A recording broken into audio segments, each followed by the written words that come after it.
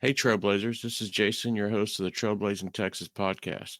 Before we jump into our latest episode, I've got some incredible news for you. Are you gearing up for your next big hike or backpacking trip? Well, we at Trailblazing Texas podcast have partnered up with Trekker Joe's, the ultimate Texas outfitter, to bring you something I feel absolutely special. Listeners, you of the Trailblazing Texas podcast can now get a one-time 15% off their gear purchases at Trekker Joe's. That's right, whether you're a first-time customer at Trekker Joe's or a repeat customer like me, you can save big and hit the trails well prepared. So upon checkout, use code TTP15 to claim your 15% discount and in the process support an amazing local Texas business. So happy trails, and don't forget to tell your hiking buddies. Now on with the episode. Welcome to the Trailblazing Texas podcast, where we embark on a journey through our diverse Texas landscapes and breathtaking trails while always engaging with our amazing Texas hiking community. So settle in, tighten up those bootlaces, and get ready for the thrilling tales awaiting for you on this episode.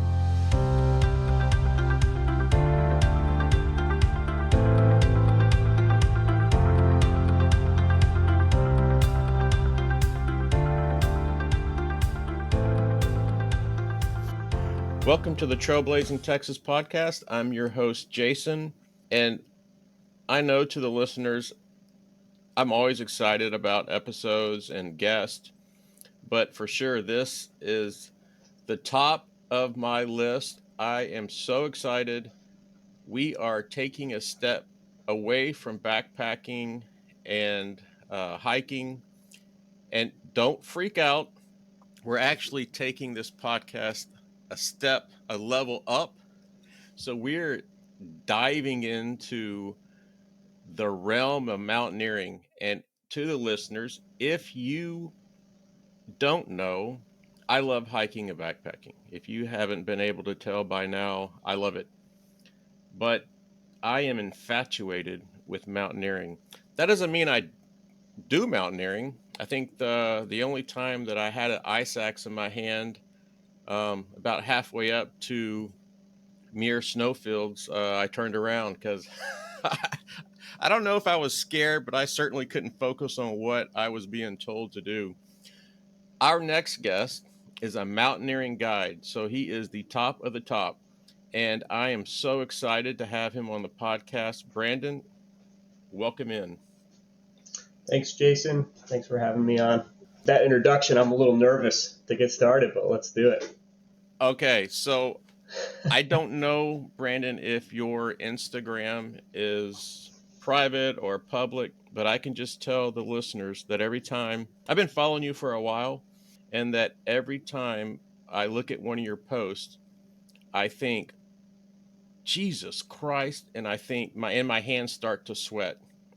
And so I definitely think, yeah, I mean, I think you're pretty up there. So if to kind of, I guess, kick us off, is there, your Instagram, is it private, public? Can people connect with you and see all the wonderful things you're doing, or? Yeah, my Instagram is public. And, I guess my kind of niche is I like to share kind of the more, gritty parts of being into the mountains, like I don't like to sell the glamorized version of it all. My Instagram is Seymore Alpine, Seymore. That's my last name, and Alpine, and just Seymore Alpine. All right. And to the listeners, if you've been listening for a long time, this is Brandon, and you may have heard that name a few times on John's podcast. John came on talking about how we met, the quads, and just in general. And then he came on for a special that we had with what it means to hike and backpack in Washington State. So Brandon is a good friend of John's. John and I are good friends. So that's kind of how this connection and podcast came to be. So I am totally stoked about this. And kind of what's cool to me, and I'm just, so when I visit John, there's three things that are a must. I have to hear stories about his mom because she was a beast at hiking and backpacking. I have to watch the video that John and Megan made on how they met. And then I have to hear bazillions of stories of John and Brandon's expeditions. Um, so I don't know, Brandon, if you heard on any of the podcasts with Megan or John, I have a story that I want to share with the listeners of y'all's ptarmigan traverse. And what's neat about it is I have John's version of a part of it. I have Megan's version of a part of it. And then, of course, now you're here, so you can kind of wrap it up. But so John's talking about this traverse, and he's going on that you guys are all roped in together, glacier traveling. You're leading, so you're at the front, then Megan's in the middle, y'all are tied in together, and then John's in the back and he's tied into Megan. And and he's talking that he can't see Megan in front of him, so I don't know what the distance was, and I don't remember if it was light rain or storm or fog or something, but there was something preventing him to seeing Megan. All he would see is through whatever that mix was just the rope kind of tightening up, loosening, tightening up and loosening.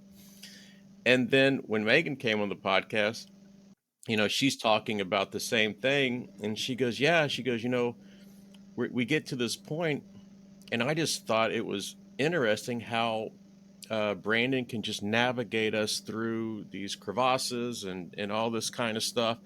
And so I asked him, like, man, how do you know how to navigate through all this stuff? And you're like, well, I don't.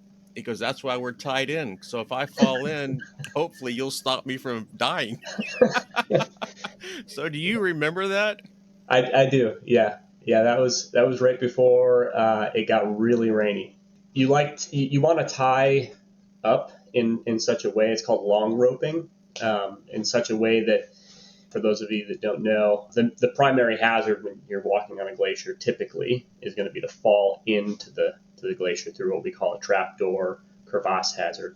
And so the idea is you tie up with enough space between the climbers so that if one person falls through one of these weak snow bridges, the other climbers on that team will have an opportunity to self-arrest and keep essentially like a dead weight anchor to keep that person from falling in.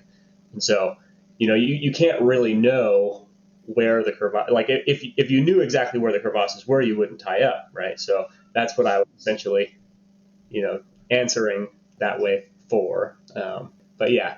So what was her facial expressions when you said when you said that? Yeah, so I remember she just like looked at me very blankly and was just like, no further questions.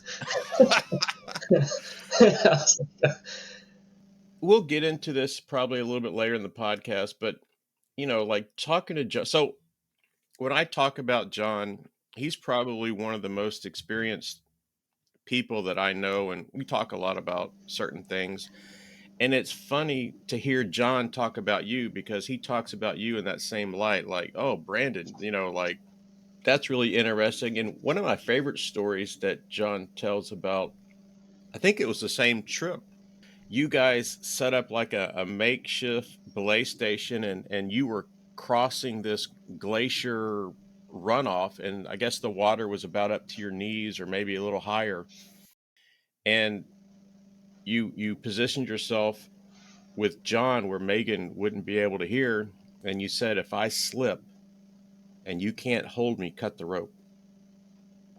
And that that right there, it really got me thinking that, listening to this story in mountaineering, there's no way on hiking a backpacking trip on my best day, best weather, that I don't know there's any percentage that I'm going to die.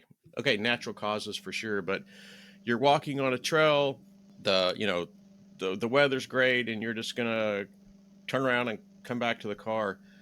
But what you do and the responsibility that you have, on your best day, on the best gear, the best weather, the mountain may have something else in store, and that's crazy. Like I can't even comprehend that. Yeah, I had recently listened to that podcast, and I honestly I had forgotten about that until I listened to that podcast. I was like, oh yeah, that was pretty hardcore.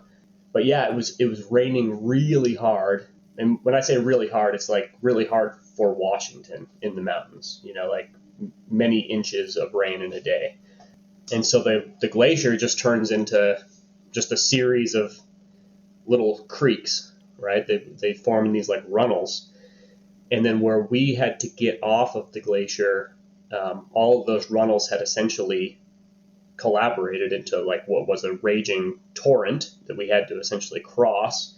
That was just an ice field before, but now it's like whitewater. Like a legit river. And the it really was kind of the only way that we could have gone at that particular moment. Um, but the fall, had I been carried away from that position because of where we were anchored, it would have probably put me into like this sort of hanging situation off like a cliff, but behind the ice. So it really, and with all the water coming down onto me, it would have been pretty much impossible for John to have enacted any sort of a rescue. And so, given the fact that he was already hypothermic and so was Megan, and we just needed to keep moving, that was pretty extreme. Yeah, I had essentially just said, like it's unlikely that this is going to happen, but like if I go into that spot, you're not going to be able to get me out, like Yeah. 100%. So yeah, that was an extreme one for sure. And I think the other one that he tells me about is I think it was just you two, and he was, I guess, belaying you, and you were climbing this ice wall to drop over. And he said, he goes, Brandon has never uttered the words, watch me. And before you started that, it was the same thing. Like once you went over, there's no coming back. You have to just keep going.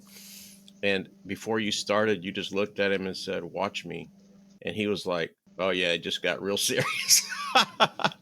Yeah, yeah, that was a mixed pitch of rock. So you call it mixed when you're wearing like crampons and you've got like an ice axe and probably gloves on, and I think it was probably like 5'6", 5'7", like off width climbing with an overnight pack. And so I was like, well, this doesn't get climbed very much at all. Like the chances of breaking a hold on this or me slipping off in some way, shape, or form are are pretty real. So yeah, I didn't like. I think the reason I mentioned it was because I think he had been climbing with me enough for so long that I would barely even place any protection for myself on the things that we were climbing because I was feeling very like lights out about the outcome. Like I was like I will send this pitch, no problem, and I'll put up the belay and up you go. But in that I was like, oh no, I actually might break a hold here and fall into this like moat feature. So yeah, yeah, keep an eye on me for this one. And was that the one where y'all got to the wall? There were climbers that had turned around and were saying, "Yeah, y'all can't do this" or something like that. Yeah, yeah. Earlier that morning, um, a couple of climbers were retreating from that spot. They had said that it didn't go anymore and that it couldn't be climbed. So, Did you tell them this is John and Brandon?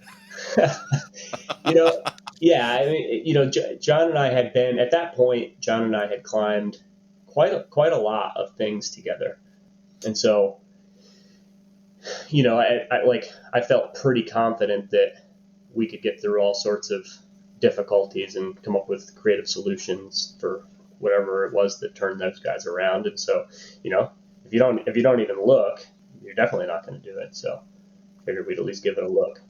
Yeah. So, kind of just a step back, can you kind of introduce yourself and just kind of give a high level about your experience as a mountaineering guide? How long you been doing it? Where do you mostly guide? That kind of stuff. So let's see. I live in Seattle, Washington. I've been based here.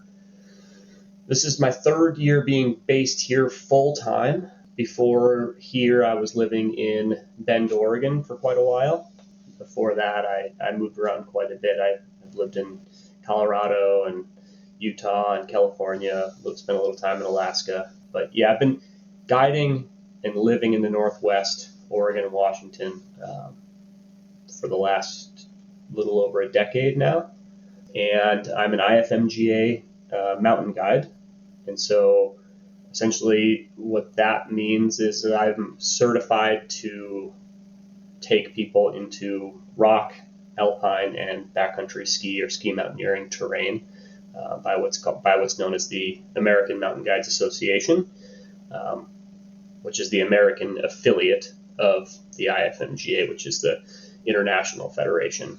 So each country has like their own guides association that's a part of the IFMGA, if that makes sense. And so, yeah, so that was a long process to get that certification done. I finished that 2 years ago.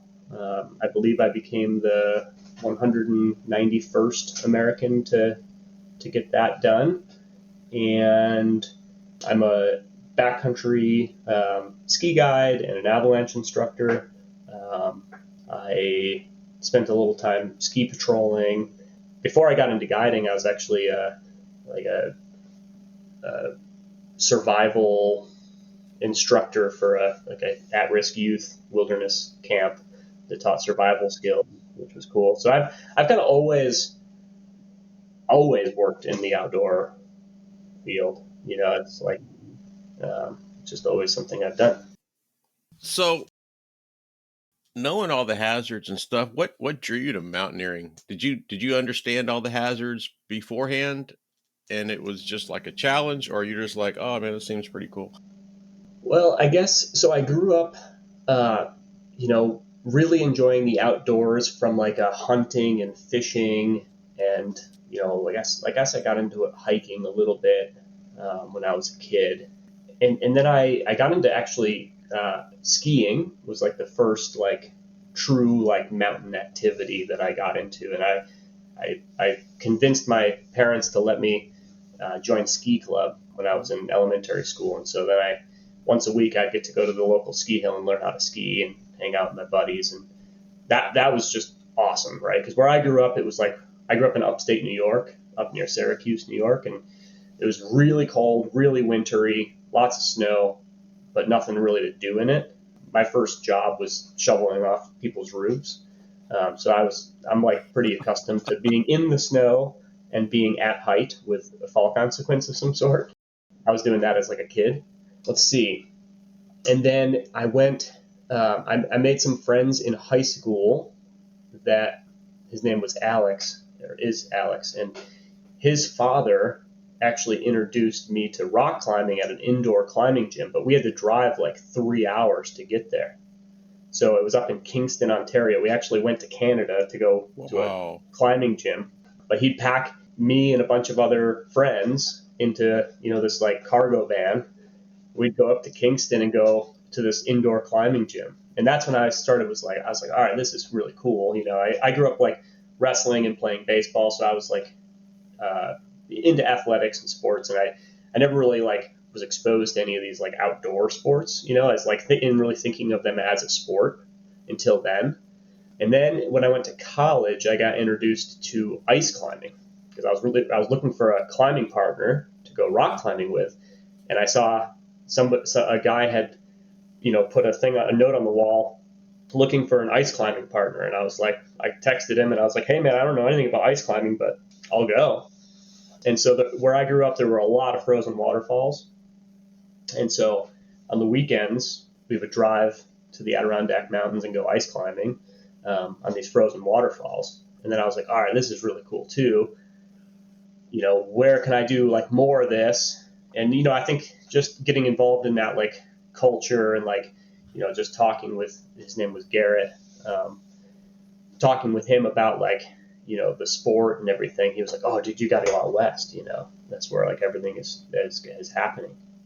And so, yeah, then I went to, as my last semester in college, because my major at that time in college was outdoor recreation leadership, because I knew I wanted to be involved in being in the outdoors and leading people in the outdoors. And so I took my last semester and I went to NOLS, the National Outdoor Leadership School, and did a semester with them. So 3 months just like in the mountains, learning, how to just kind of like thrive out there and, keep yourself, healthy and, all the things out there. And so did some backpacking and backcountry skiing and mountaineering and stuff like that out there. So that really opened the door for me as well, to be like, okay, there's a bigger world than upstate New York. And so after that, I just like packed up my van and I just left. After I graduated college, it was a Dodge Durango, actually, an SUV. I threw all my Yeah. stuff in it, and I was like, like my parents were like, what are you doing? And I was like, I'm going to Nevada. And they're like, you're doing what? And I was like, I'm going to Nevada. Like, I'm going to go rock climbing. And they're like, I got it. They couldn't even fathom it. Like, nobody from my family or like hometown like ever left. It's like, it was almost like I lived in the Shire, like a hobbit that lived in the Shire. That's pretty much where I grew up. And Wow. I just went on this like adventure, and yeah, it was a crazy time. But yeah, long story short, I just kept getting deeper and deeper into it, Yeah. until it was like, all right, the obvious thing for me to do is become a mountain guide. What was the kind of, I guess, the first steps that you getting into guiding? And can you still remember your first guided expedition?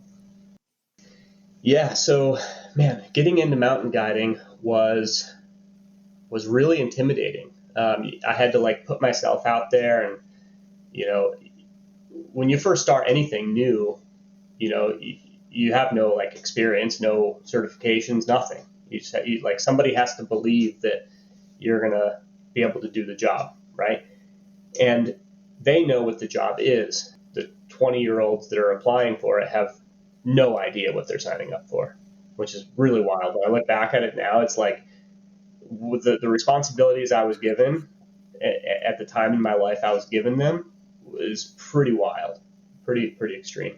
So I at first, um, let's see, I was living in Salt Lake City at the time, and I wanted to be a mountaineering guide, and so I, looked at like who's like the biggest, who's going to be hiring people, right? And so the big companies in America are the ones guiding on Mount Rainier. They're by far the biggest, companies. And so I was like, all right, well, like that seems like an obvious place to try and get my foot in the door. So I actually flew out to Seattle, got a rental car, and I actually tried out for RMI, Rainier Mountaineering. And like there was this crazy like tryout thing where you have to like, you're like running through the forest with like a heavy pack and like like mountaineering boots and all this stuff. That like looking back, I'm like, okay, yeah, they want to see your fit and everything, but like now that I look back on it, I'm like, that has nothing to do with guiding. None of this has to do with anything with guiding. But long story short, they were like, no, we're not interested. And so I didn't get hired. But the guy, I called the guy back and I was like, hey man, like I really want to get into this. Like, what do I do? And he's like, well, honestly, I don't even know why we didn't hire you. You did a great job. But who is hiring is this guy named Chris down on Mount Shasta. And they knew each other personally. And so he put me in touch with Chris Carr with Shasta Mountain Guides. And I reached out and Chris was like, yeah, come on out. We'll interview you. And, we have our own tryout as well. And if you fit in and you're teachable, and, he was very transparent. Like he kind of explained what he was looking for. And so I really appreciated that from the get go.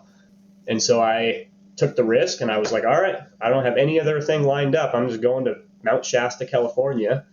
And off I went to try out to work there. And I got hired and started originally working on Mount Shasta. Wow. So, I mean, like, I can't imagine.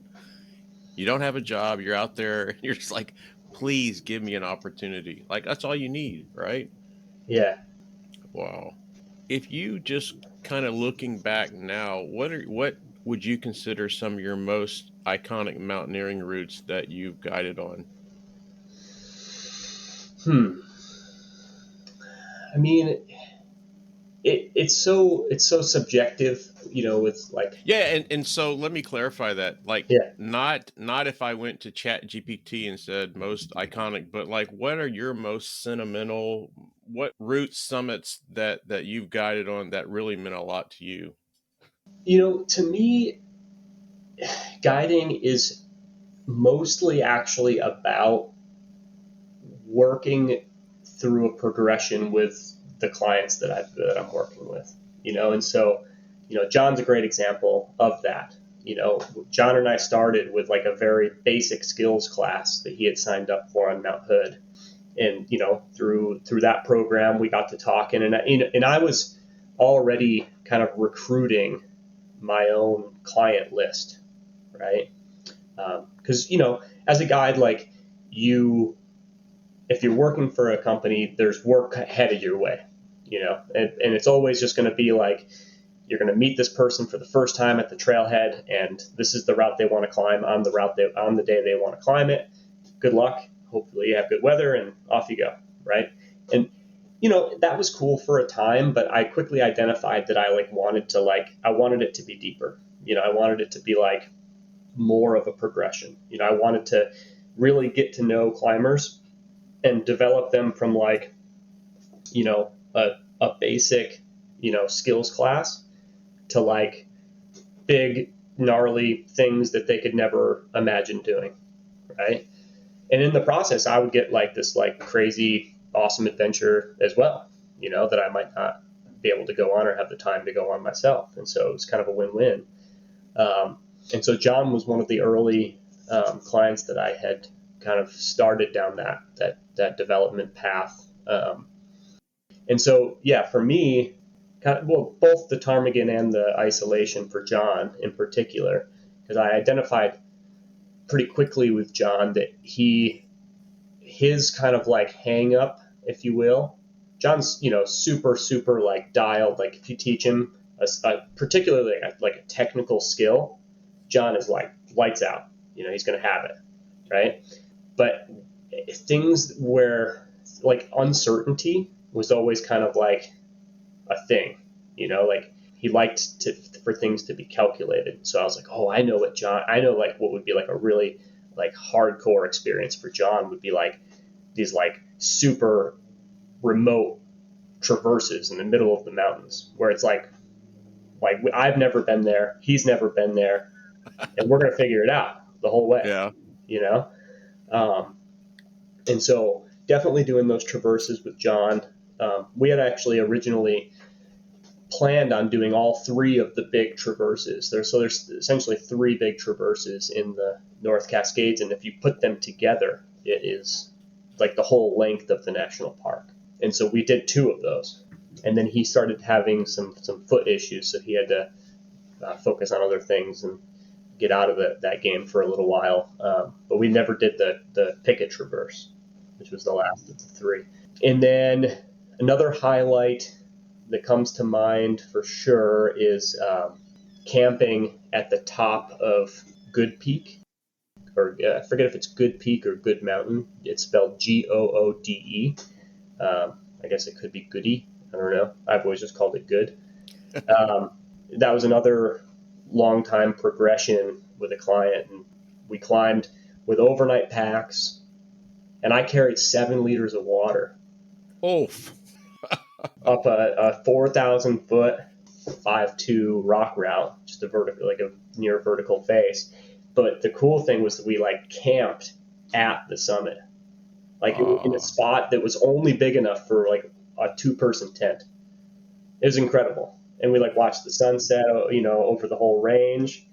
And then we woke up the next day, and it was part of we did a couple different mountains in that area. So like the next morning we woke up and had our coffee and watched the sunrise, and then rappelled off that mountain and climbed a few more. And it was a very big loop. But those experiences, because they were just such kind of like capstone achievements for those clients, you know, really meant a lot to me. Meant that I had like really taught them something, because you can't just like meet somebody at the trailhead and be like, hey, we're going to go do this thing. That's not like, And that's, if I look at guiding, I mean, I guess that happens. People sign up, you have no idea what their experience is. They can say whatever. You don't know if they've ever been in certain situations, how they're going to react. You don't know how they're going to treat you, because I would assume that sometimes some of these, and I don't want you to answer, but sometimes, people think I'm paying you, so this and that, and you need to do this and that. Yeah, I would,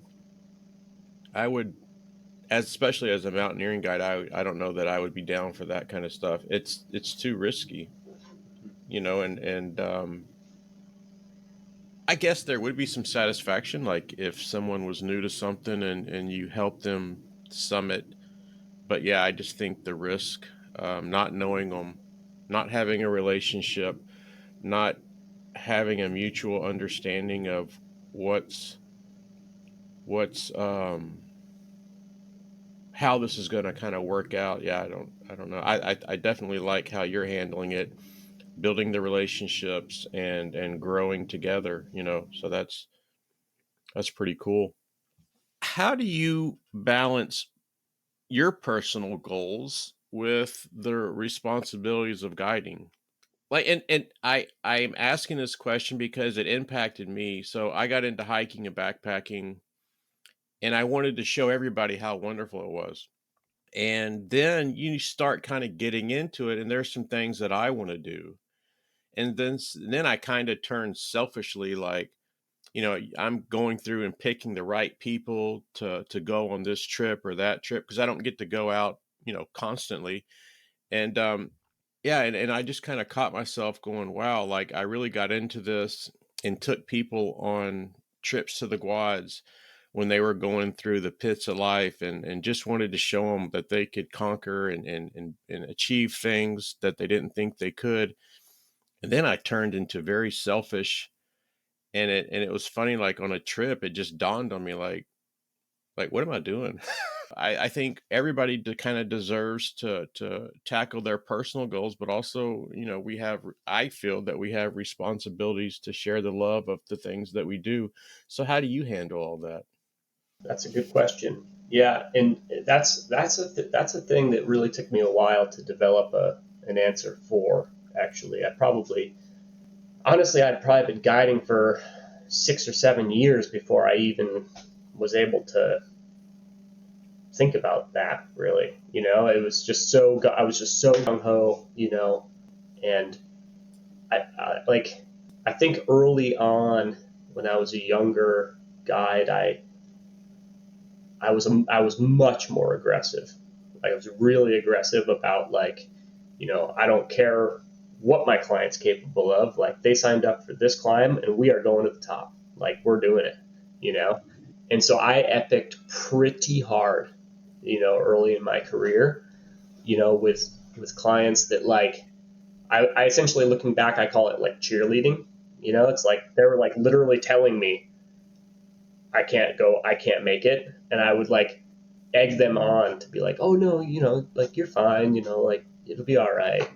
And that was really selfish, looking back, because it was like I essentially wanted, like, and it's weird because, like, a lot of those mountains, like, I had climbed already like 40 times, but I think that I got pride out of summiting, right?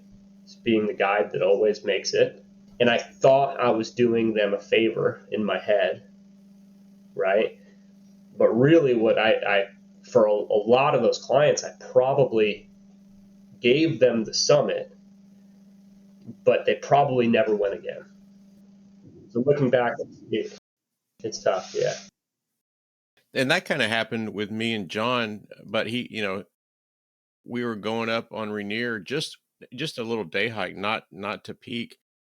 And he's teaching me, French step, German step, all these steps, and then about, oh yeah, see that crack in the snow? Yeah, that's probably an avalanche, or could happen.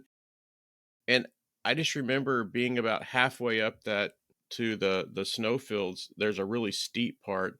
I got halfway up and I just said, John, I can't concentrate. Like, I don't know that I'm scared, but I can't concentrate. And I'm questioning every time I step on this snow, kicking steps and all this stuff. Like, I don't know how it's going to respond. I go, I've got to turn around. He's like, all right, let's go.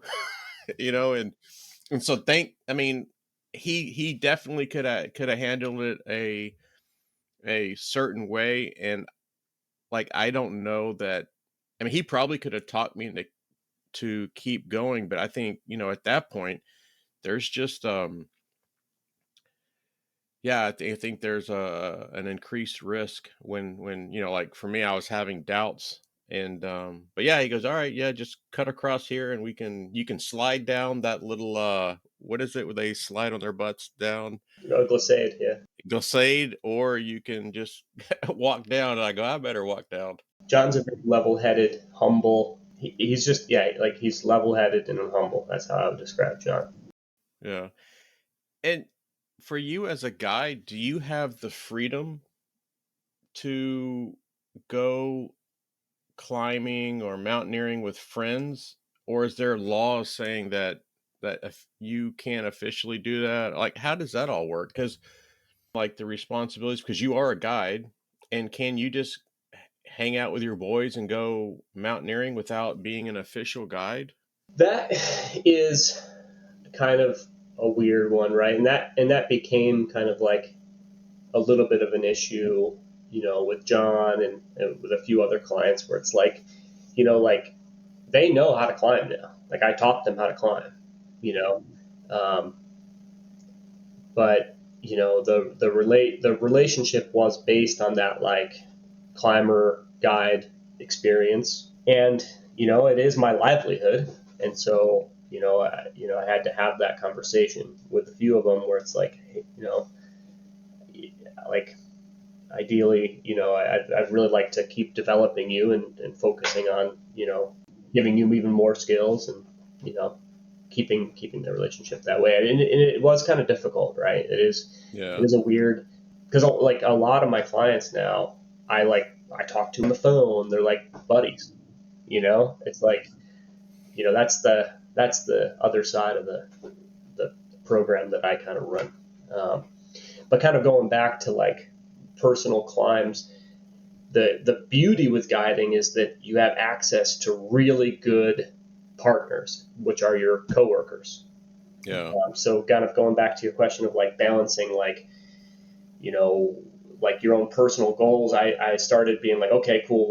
Well, guiding is one thing. And then like me and my buddy that I work with, we're going to plan this other trip. And the beauty with it is you're like super fit, right? Because I was, when you're guiding, especially on like a really heavy duty commercial operation, like on Hood or Rainier or Shasta or something like that, you're climbing those mountains 2 to 3 times a week. So Jeez. you're, for 2 months straight. So you're pretty dang fit by the time that season is coming to an end. And so you can plan these like just absolute mega trips, and so yeah, once I started doing that a little more and focusing on like, okay, there's this other thing I'm going to do, then I became less aggro about like my outcome with the clients, on the trips I was on. Yeah, and I kind of think of like what you just said, having friends, but also it's your business. If I'm your friend and I care about you, I want to support you, right? Yeah, I don't want to, like, and like, we go places that we know people that own businesses and they're like, oh, we'll give you, I'm like, no, like, I care about you. I'm here because I care about you. I want to pay full price, whatever you would charge everybody else. yeah, So I think most people that, or hopefully most people that you have those relationships with will, there's no issues. yeah. It was always more of an issue for me. I'm like, I don't like talking about money. I'm not a very good self promoter. Yeah, I'm not like an Instagram influencer.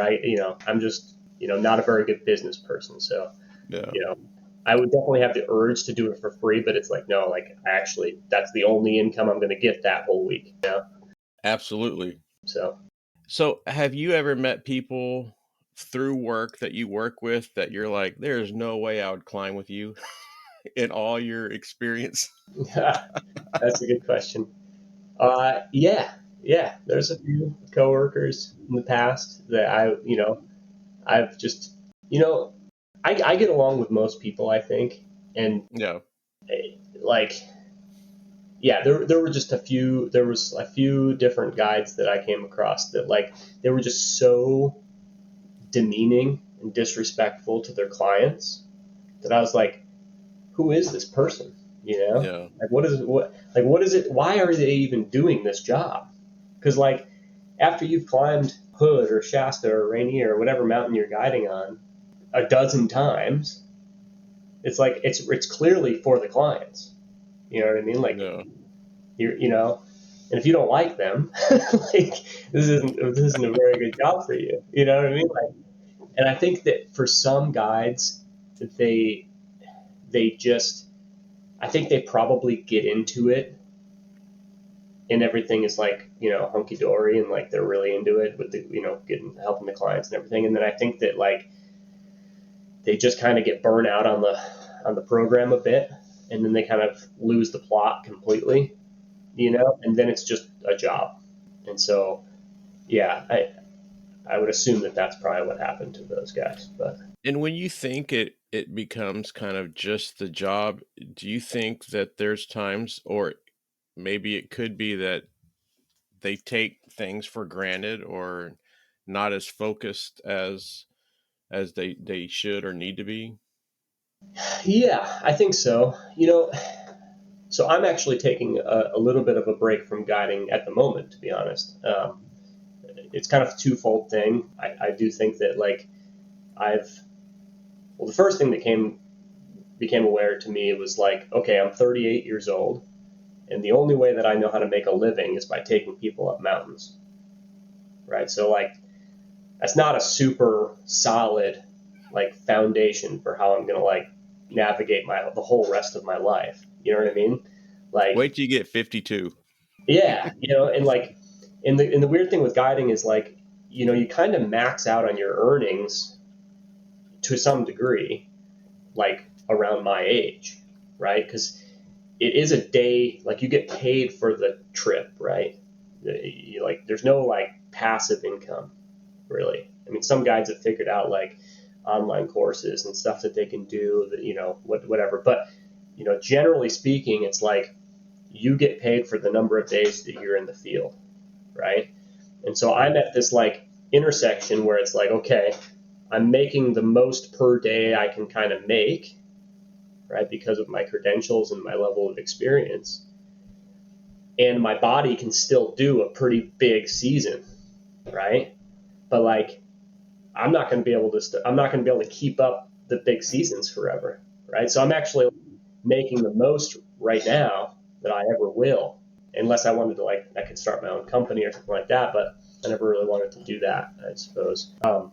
But yeah, going back to the other reason that I'm taking a break is just because I went through that program. It was really a stressful program to get through, and there's a lot of like pros and cons to like being a guide, and I think I started focusing a little bit too heavily on like the negatives about the industry and like how it all works, and I was like, all right, you know what? I'm just gonna like take a couple seasons off. Like, there's no rule that says I can't like take a season or two off. Right. Use that time to like develop some other stuff. And so that's kind of what I'm doing right now. It's been really great. I've been still going on trips with friends and going out with my girlfriend and going on ski trips and stuff. And Nice. yeah, it's just like a very different feel. I like it.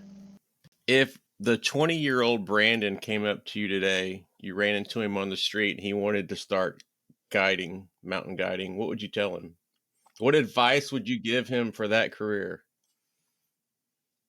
Whew. That is a seriously tough question. Um, Man, I don't even know what I would tell him. It's just such an intense. It's such an intense way to live your life. Yeah. You know, and you can't tell, you know, it's the same. It's kind of like the same reason that like the army doesn't take people like my age and your age anymore. Going to war is a pretty tough sell for us, right? Like we can conceptualize it and be like, no, actually, like I'm good, right? But an 18-year-old, it might be like, oh, all right, yeah, like that could be kind of cool. Like I could see like how that would, and it's not. I'm not saying that guiding is bad. It's just that like there's just no way I could like explain to the 20-year-old version of myself, hey, this is like a really, really intense way to live your life. And with that intensity, there's going to be like really high highs and really low lows, you know? Um, and so, like things like losing friends, you know, losing coworkers, mentors.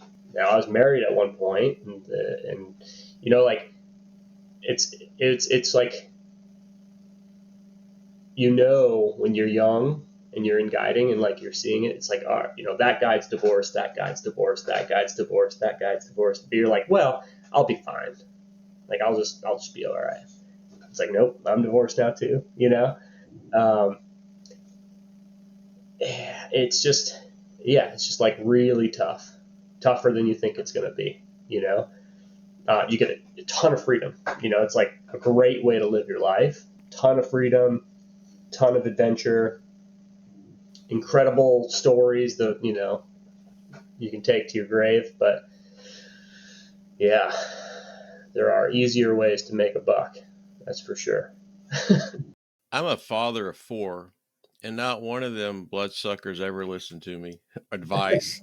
So, it's funny to listen to you, like what you would tell yourself, your 20-year-old self, and they ain't gonna listen. Yeah, I'd probably just be like, hey, you know, just You'd be like, whatever, old man. I no, I would, you know what I would tell him? I would tell him, eat healthier than you think and drink lots of water. Yeah. Yeah. Hey, I'll take that advice. You're just like beating the hell out of yourself for so long, you know, that like you can't just eat cheeseburgers all the time, you know. I don't know, but just be how like really take care of your body, you know, is what I would tell them, because that's your ticket. Because, yeah, and you're not going to stop them from doing what they want to do. So maybe, guiding them a better way to do it would probably be a better benefit. So what do you think is the most challenging aspect of guiding? Oh, Like, if I just look at it, I think the responsibility that you guys have it's incredible. Like, I can't imagine having that kind of responsibility. yeah, I I definitely have never heard of a more difficult job. Maybe like being a police officer might be more difficult, Mhm. you know. Um, but that's like the complexity of risk, and you know you're dealing with, you know, so many like dynamic subjective things, right? Like you're meeting people at the trailhead. You have no idea who they are, what their history is, why they're even there, right? They could be going through like some crazy, and often they are, honestly, going through some crazy life changing, and that's why they're there, to like start something new, and that's fine. But like it would be great to know that going in, Yeah, right? You yeah. know, because like I would say that a good probably half of my job was like makeshift therapist, you know, like just being somebody that somebody can talk to and like hear them out, you know. Like I can't even tell you the number of times I've gotten somebody up halfway up a mountain and they just break down into tears and just like sit on the snow, and for whatever reason, like a variety of many different reasons. And then you go from like, okay, my job is to, look out for that rock fall hazard over on the right. I need to look out for, this climbing team above me that looks kind of sketchy. They might drop some equipment down on me off this cliff band.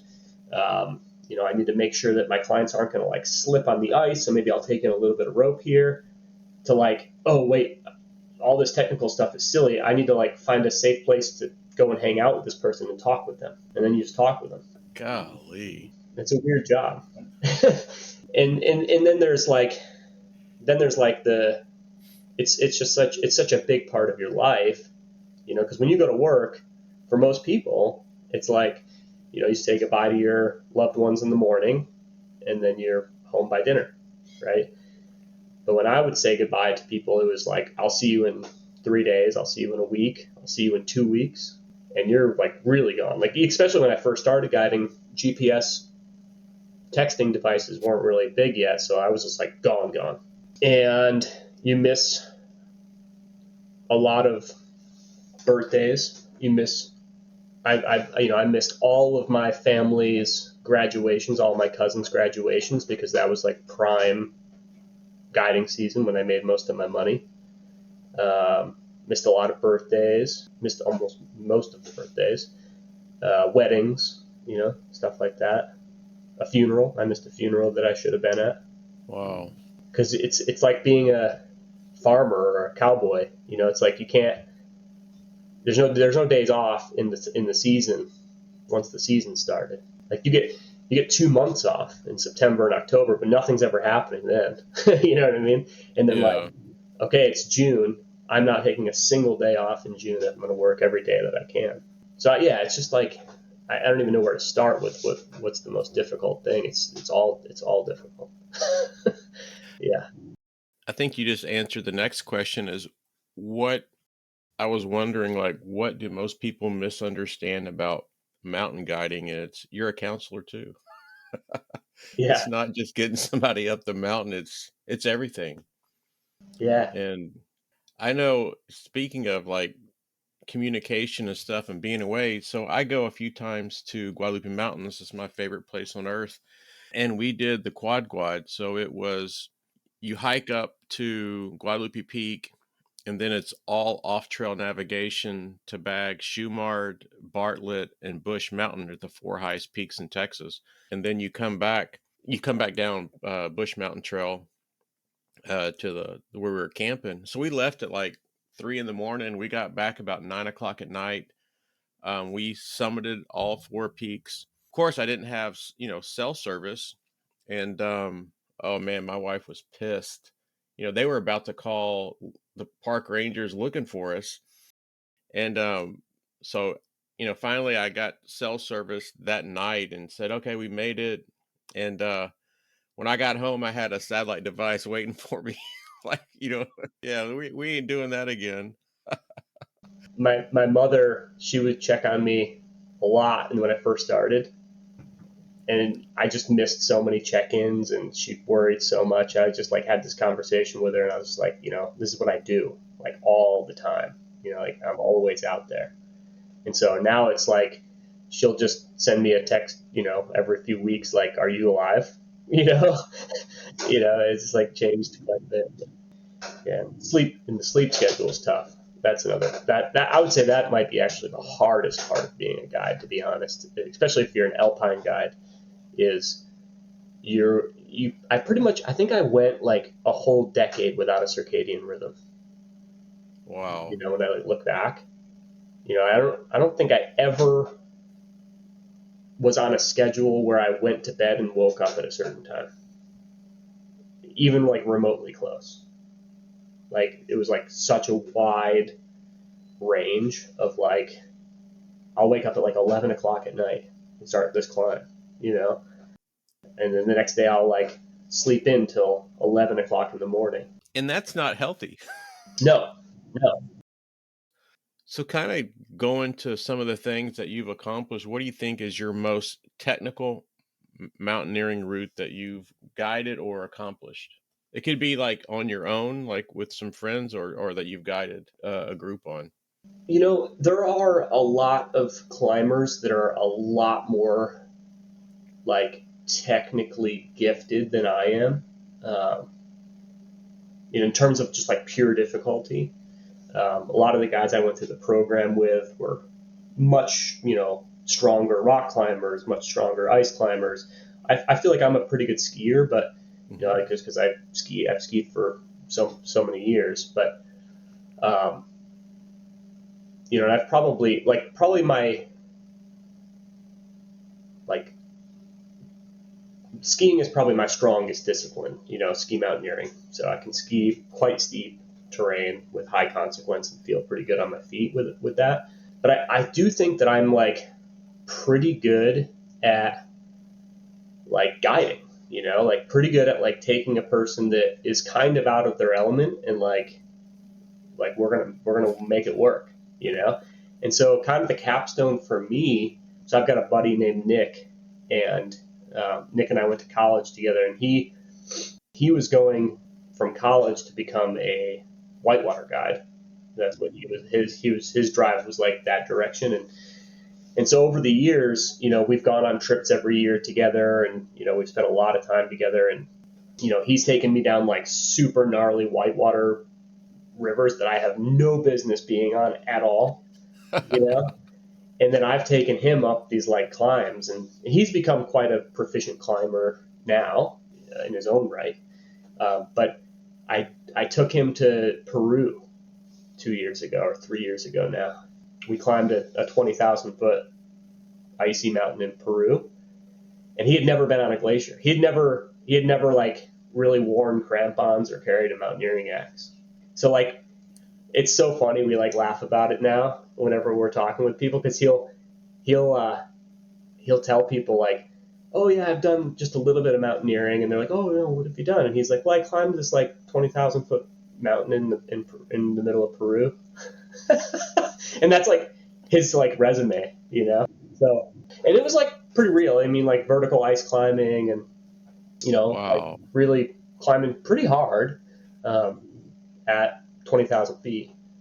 Yeah, and I was able to manage myself and him at the same time. I have a goal to do Rainier, and I need to action it before I get too much older. But and what's holding me back? Well, I think the excuse that I have is I'm not fit enough, and I don't try to get more fit, but I don't know. I don't want to get up somewhere and due to the steepness or whatever, like panic and like, okay, I can't do this. I had that time with John, and then I've done a 5 or 6 14ers in Colorado, and I tell you, going from Grays to Torreys, when you go back, we had a snow traverse because I didn't want to go do Grays again to get down. And I tell you, it was like this, but the pictures show it like this, and those pictures are lying. And I just remember getting to there, and I was just like, and of course, if you slip, you're off. I mean, you're Well, thousands of yeah, feet. for sure. So I got my micro spikes, and I just remember turning into the mountain and I had trekking poles and just going, John's going to be so proud of me. John's going to be so proud of me. And I wouldn't look that way. And yeah, so I think really what it holds me back from focusing on this, doing everything that I need to do to, in my hands, be successful is just the fear of the unknown. Cause like I've seen videos, I've seen pictures, and I'm like, man, that's steep. Like, people are kind of crossing, making their way up. And maybe like it's really not that bad, but I just in my mind think, oh, I don't know if it's in my cards. But I like a challenge. So Yeah, I would say that for most people that first start out, the things that they're afraid of the most don't end up actually being that big of a deal. yeah. And then there's like new things that they had no clue that even existed, right? Are like, oh, this is actually like the thing, you know? But I do think that snow in particular, for for people who are coming at this from areas that don't get a lot of snow, I mean, it's just a really weird medium. Like I was lucky enough to like grow up in it. Like I said, shoveling and working on roofs and all that. Skiing. I just am very comfortable on snow. And so if you come from Florida and you grew up in Florida, snow is going to feel very, very weird. You know, and that's just part of the game. And so I think that like just giving yourself some patience of like, yeah, like I don't know how to walk on this, and then just like any good guiding outfit is going to teach you the skills that you need, to climb. And then any good guide is going to protect you in some way from falling to your death down the mountain. Um, it it's it's definitely not without risk, but a good guide is going to set you up for success and then manage that risk pretty well, especially on like these routes where you're like routinely meeting new clients. It's usually like a really polished program, something like a Rainier. It's like that is just like ruthlessly dialed. Like the guides that are pumping out Rainier laps, like they're you couldn't possibly like they're going to be the best possible like I guide when I was still guiding full time. I would guide Rainier once a year just to kind of do it. Mm-hmm. And like I would just be honest with the clients. Like they typically knew me, so like they were like comfortable with me and like knew that I was going to do a good job for them and everything. But like I would even just be honest and say like, hey, like I'll be honest, I don't know this mountain as well as the guides who are doing it every single day. But like, if you go and sign up for like one of the big programs, it's like they're going to know like where you should take a break. Exactly, like just everything will just be like so ruthlessly dialed. The downside of that is that it's not a very personal program. So if you don't fit into the gears of that engine, then you're going back to camp, And so that's where like going with a more boutique guide service that maybe only does it once a year might be better. So yeah, I don't know. Hopefully that. Yeah, so the my hiking partner Henning, and we also indoor climb. Got all the gear to outdoor climb, but we haven't done it yet. He, I guess, over the last 4 or 5 years, he was in the military, so he helps take part of a program that takes military vets up Rainier, and so and I think he's been involved for 4 years. They summited 2 years, 2 years due to weather and stuff. They couldn't summit. Um, and like my biggest question is like, what happens if you have to go to the restroom? Yeah, we typically have to poop into a bag. Yeah, like a wag bag. Yeah, yeah. Which is usually pretty novel for people. Yeah. Lessons with that. Teaching people how to do that. So yeah, we always joke about that. And when we go to Guad in the backcountry, we have wag bags and stuff. But he goes, "Yeah, you're above tree line. There's nowhere to go. It's go up on the mountain a little bit." And On a glacier like rope team, like there's not even like any privacy really. It's like everyone just kind of like looks away. yeah, You know. you hope they look away. Yeah. Or even worse, like a multi-pitch rock climb. You're on the same ledge. Same like 4 by 2 foot ledge. Yeah. Oh man. So being a guide for as long as you have you ever had experience with death on the mountain? And that wraps up another exciting episode of the Trailblazing Texas podcast. We hope you enjoyed the episode today and stay tuned for our next episode where we will pick back up where we left off and guarantee to uncover many more hiking gems and share many more tips to enhance your experience on the trail. Until then, happy trails and happy hiking.